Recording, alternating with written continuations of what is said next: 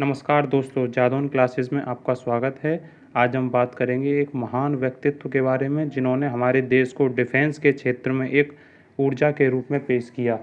कहा जाता है कि एक युग का अंत हो सकता है, लेकिन एक महान व्यक्तित्व हमेशा सभी के दिलों में जिंदा रहता है।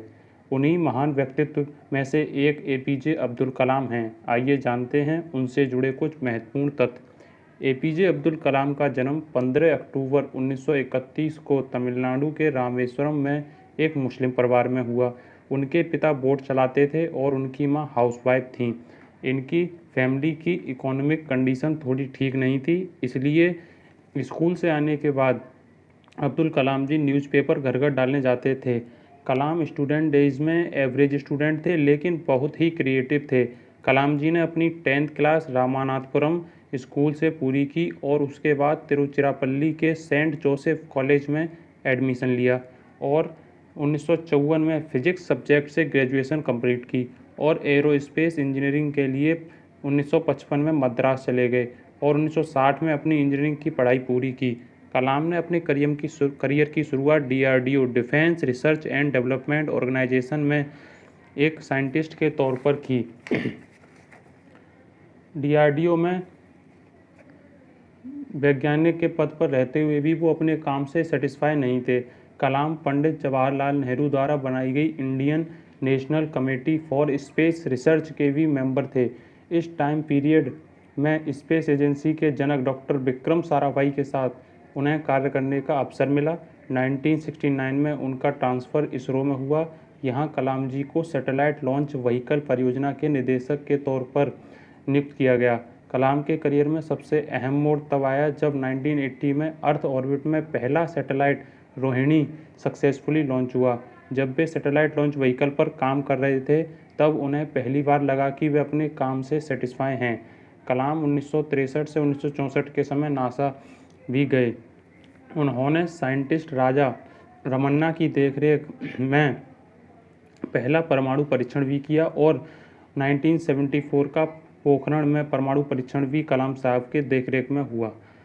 1970 टू 80 के बीच अपने सक्सेसफुल मिशन के लिए कलाम जी फेमस हो गए और देश के सबसे महान वैज्ञानिक में उनका नाम गिना जाने लगा।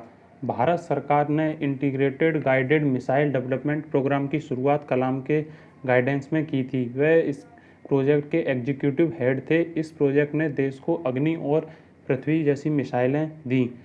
जुलाई 1992 से दिसंबर 1999 तक कलाम प्रधानमंत्री के वैज्ञानिक सलाहकार और डीआरडीओ के सेक्रेटरी भी रहे। सेकेंड न्यूक्लियर टेस्टिंग भी इसी टाइम पीरियड में की थी। उन्होंने इसमें एक महत्वपूर्ण भूमिका निभाई। आर चिदम्बरम के साथ डॉक्टर कलाम भी इस प्रोजेक्ट के कोऑर्डिनेटर थे।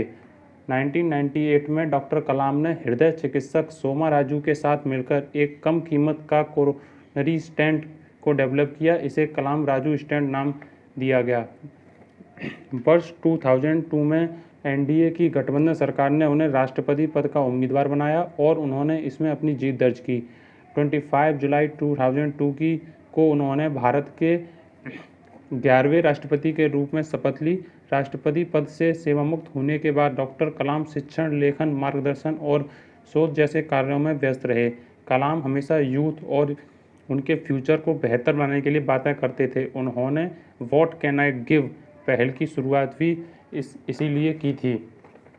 यूथ में उनकी लोकप्रियता को देखते हुए उन्हें 2 बार MTV youth icon of the year award से नवाजा गया। 2011 में रिलीज हुई मूवी आई एम कलाम उनके जीवन से प्रभावित है।